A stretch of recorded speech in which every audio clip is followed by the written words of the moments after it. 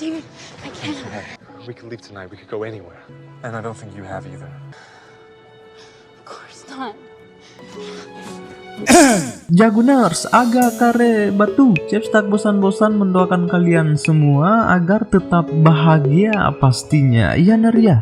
Hingga bertahun-tahun lamanya seorang pria biasa ini telah memendam rasa dengan teman kelasnya sendiri. Orangnya cantik, karismatik, karakter menonjol, kaya raya pula Ner. Selama rasa itu hadir pada dirinya, pria ini tak sekalipun berani mengajak perempuan itu ngobrol, apalagi tatap muka sebab keduanya sangat jauh beda kasta dari segi ekonomi. Namun sebisa mungkin pria ini hanya menunggu kemungkinan yang sangat diyakini dirinya jika suatu saat harapan itu pasti mendekap mereka berdua.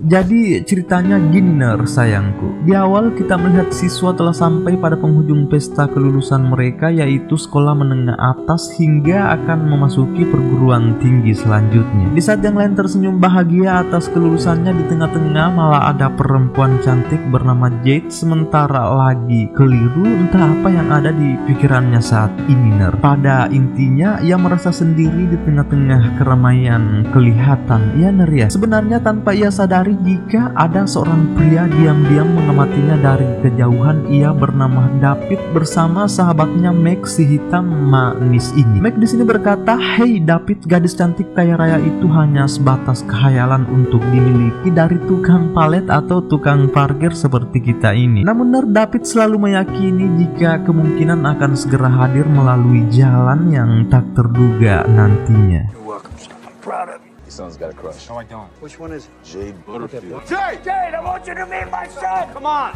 Come on!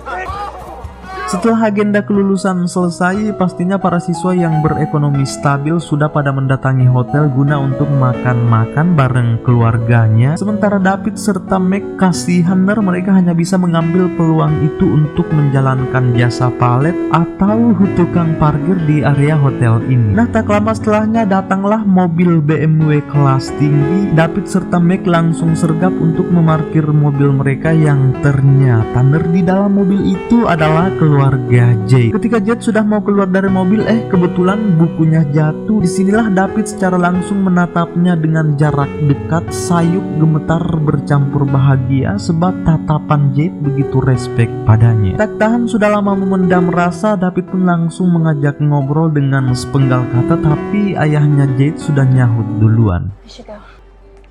Jade Butterfield, come back to me.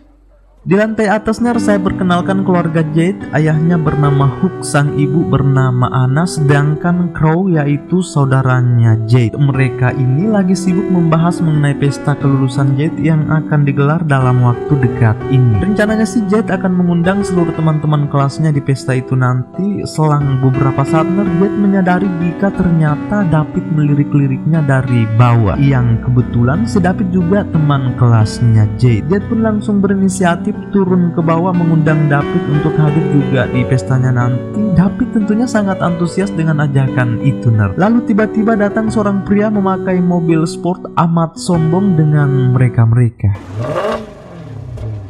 No, he did. Time to learn. Hey. Merasa jengkel, David serta Meg langsung memprogoti mobilnya, digaspul memang keliling sebentar, spontan mengajak Jade juga. Come on, get in the car.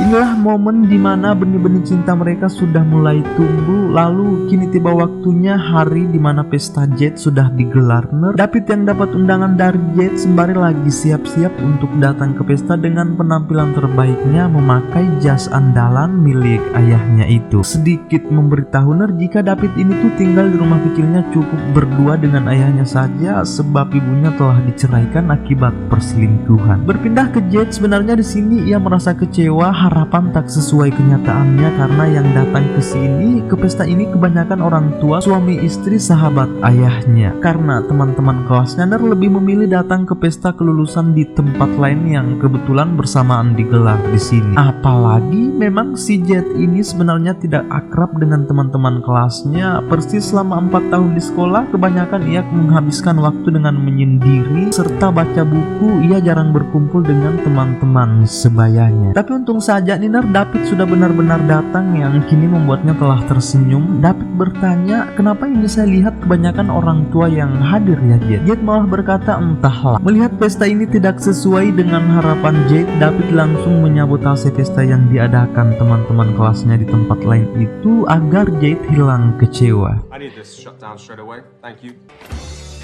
Is David here? Hey, I'm in.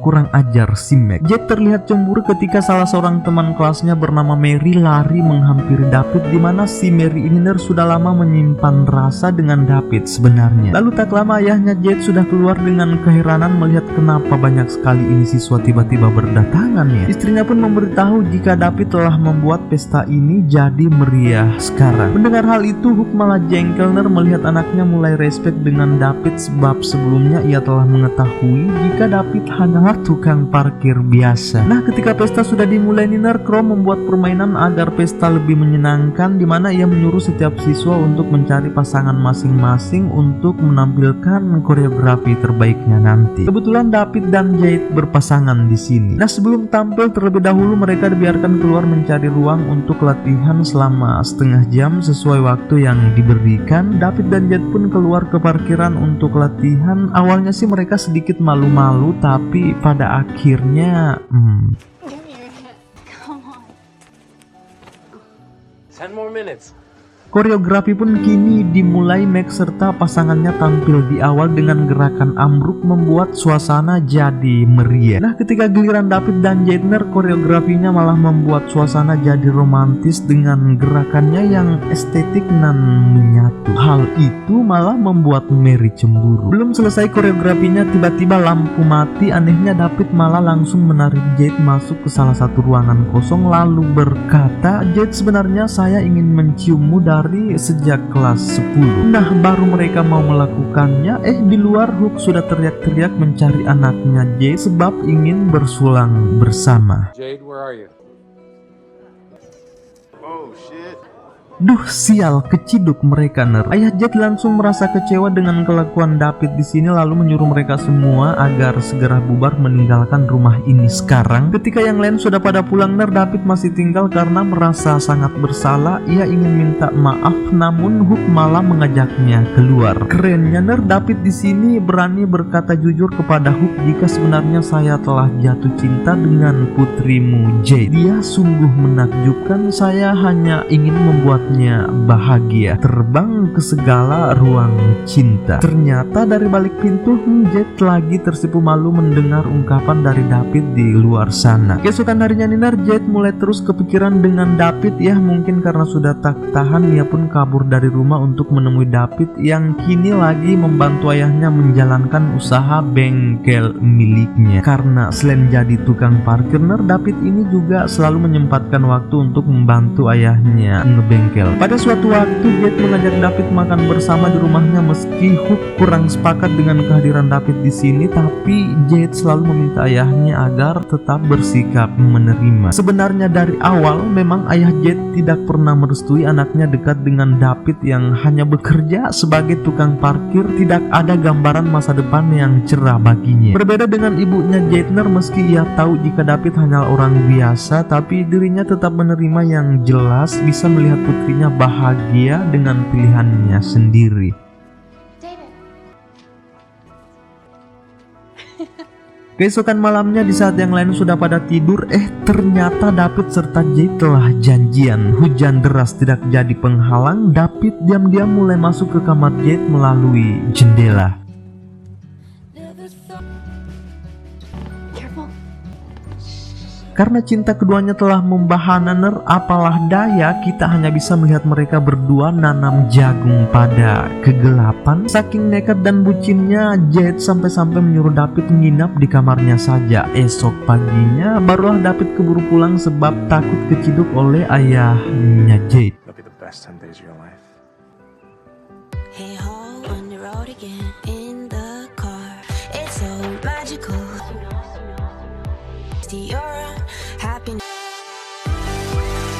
There's 2 more days. Setelah puas liburan musim panas berdua, kini David mengantar Jade balik ke rumahnya di malam-malam. Di sini David merasa sedih ner karena besok Jade akan berangkat keluar daerah menjalankan program magang kuliah sesuai pilihan ayahnya. Sementara David hanya tinggal, kebetulan ia tidak lanjut kuliah akibat keterbatasan ekonomi. Kasihan David ya ner. Nah, ketika Jade mulai masuk ke rumah, ternyata ner Hook melihatnya. Hook pun makin heran melihat tingkah Jade yang makin hari makin gegabah setelah sosok David hadir dalam hidupnya. Bahkan kini Jade telah berubah pikiran, dirinya tidak sanggup pisah dengan David selama musim panas ini, memutuskan untuk membongkar kembali kopernya, membatalkan program magang kampus di luar daerah atas pilihan ayahnya itu. The internship is your ticket. I'm sorry, but I'm allowed to change my mind. Keesokan harinya Niner secara tiba-tiba Hook mengajak paksa keluarganya mendatangi rumah danau pribadi miliknya termasuk Jade selama musim panas ini. Itu semua dilakukan agar David tidak sering-sering menemui Jade di hari-hari berikutnya. Tentunya di sini Jade sangat jengkel atas keberangkatan ini karena ia sudah janjian dengan David jika akan menghabiskan musim panas berdua. Tapi pada akhirnya Niner mau tidak mau Jade terpaksa ikut dengan ajakan ayahnya itu ke rumah danau. Tak lama setelah mereka sampai pada rumah danau, Hook terkejut melihat kedatangan David yang ternyata Jade telah menghubunginya mengajaknya ke sini tanpa memberitahu ayahnya. Dengan rasa jengkel, Hook secara halus menyuruh David untuk pulang segera. Katanya ini hanya acara keluarga saja, tidak untuk mengundang siapapun itu. Mendengar itu ner, hati David jadi tergores. Untung Jade langsung menariknya keluar lalu mengajaknya berenang bareng. Hook melihat anaknya makin menjadi-jadi seakan dibutakan oleh cinta tanpa restu, hanya bisa menahan amarahnya melihat mereka berdua dari balik jendela. Kini tiba waktunya makan bersama ner. Dengan pedenya David mengikut dengan mereka yang bukan siapa-siapa, hanya sebagai tamu tanpa undangan. Hey. Di sini ner datang tamu baru. Hook telah mengundangnya hadir. Mereka adalah teman kerjanya di kantor bernama Dawn, suaminya bernama Eric. Saat agenda malam hari mereka yaitu adalah pesta kembang api, dengan bahagia mereka menikmati setiap letusan percikannya yang menghidupkan malam. Namun tanpa kita sadari jika ternyata Hook tidak ikut dengan mereka entah kemana. Lalu tiba waktunya ner, stok petasan kian habis. Crow pun menyuruh David untuk segera mengambil cadangan di garasi. Namun ternyata tak diduga David melihat kejutan besar, yaitu menciduk ayahnya Jade tengah selingkuh dengan Dawn di dalam mobil. Duh, ternyata. You hear something? No, we're all out. We can't be. Okay. Jeez. Keesokan harinya Niner, Crow bareng pacarnya Sabine, David serta Jade kembali ke kota karena tiba-tiba ada ajakan pesta dari teman-teman kelas SMA-nya. Sementara Hook serta Anna tetap tinggal di rumah danau. Di sepanjang jalan David hanya bengong terus memikirkan apa yang ia lihat di garasi semalam tanpa sama sekali memberitahu siapapun, karena bisa saja itu akan menghancurkan keluarga Hook jika semuanya terbongkar. Kini tiba saatnya David telah menemui teman-teman kelasnya. Di sana ada si Meg, Mary serta yang lainnya ner. Nah, setelah mereka mandi bareng, mereka lanjut mendatangi kebun binatang, menerobos masuk tanpa izin. Dengan bahagianya mereka menikmati kebersamaan termasuk David serta Jade yang sudah mulai ingin melakukan ahem-ahem dari balik semak-semak itu, yang ternyata ada si Mary melihat kemesraan mereka berdua membuatnya jadi makin cemburu. Mary sudah merasa sangat jengkel dengan posisinya saat ini, malah langsung menghubungi pihak kepolisian jika sekelompok orang telah menerobos masuk ke kebun binatang.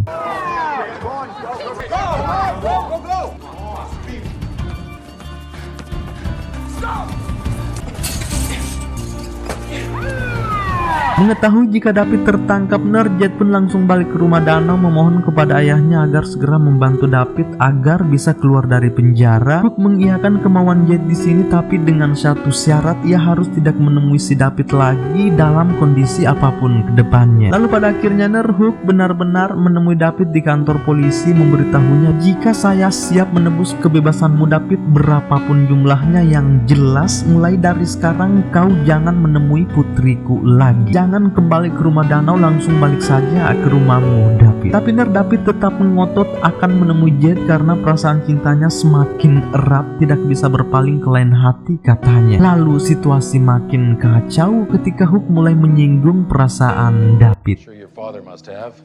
Don't you talk about I could be able to hang on to her. You know why? You're just like your father. Meski begitu, David tetap dibebaskan dari penjara hingga Hook pulang ke rumah dengan bibir doer memberitahu Jade, ini lihat kelakuan pria yang selama ini kau idam-idamkan. Tapi Jade masih beranggapan jika ayahnya pasti sudah sangat berlebihan di sana. Bahkan Jade dengan cepat mengambil kunci mobil untuk segera menemui David, sementara David lagi bersama Meg di kafe. Tak lama Mary juga datang karena Meg telah mengundangnya sekalian akan cari-cari perhatian dengan David di sini. Girls like me, they know how lucky they are.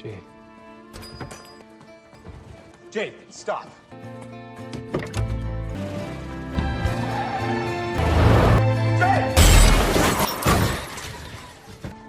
Kini akar permasalahan cinta mereka makin merambat. Jade kecelakaan dan harus dilarikan ke rumah sakit. David merasa sangat bersalah, ia pun datang bersama ayahnya, tapi kejadian ini malah membuat Hook sangat marah. Bahkan ia sampai-sampai mencaci maki ayahnya David, berkata, mulai dari sekarang jauhkan anak rendahanmu itu terhadap putriku. Perkataan Hook amat menyakitkan. David pun langsung balik bareng ayahnya ke rumah. Atas kejadian itu kini kondisi David sangat entah di mana lagi ia akan menemukan seperti kebahagiaan, harus mempertahankan cinta yang sulit tanpa restu orang tua. Dan demi meredam rasa sakitnya, David mulai mencari inspirasi perihal cinta dari banyak orang, rutin olahraga, bahkan mencoba jalan dengan Mary, tapi sama sekali tidak membuatnya bergairah apalagi bahagia tentunya. Hingga pada suatu waktu sang ayah sudah tidak tahan melihat anaknya ini hanya berteman air mata di setiap hari-harinya. Sebagai seorang ayah yang baik, ia pun mendekati David, memberinya wejangan, berkata, cinta memang bagaikan duri yang berbisa, namun pria itu baru hebat jika ia mampu memetik bunganya lalu menyimpannya rapat-rapat pada ruang jiwa hingga siapapun tak bisa merebutnya. You love this girl?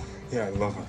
Then you fight for her and I'll be proud of you. Sementara kondisi Jade sekarang sudah kembali normal. Di rumah ia hanya terus-terusan bertengkar dengan ayahnya karena tak pernah sekalipun diberi celah untuk menemui David, padahal perasaannya masih sama saat ini. Ia sangat merindukan sosok David ada di sampingnya. Sampai pada akhirnya akibat dari pertengkaran ini, Jade malah tidak sengaja menjatuhkan lilin ke tempat tidur saat mengetahui jika ternyata David sedang ada di luar rumahnya menunggunya untuk membawanya kabur dari rumah. Hi. I'll be right out. Dad, stop! Whoa. Hey, stop. I told you to stay away. Back in the fucking. Dad, stop!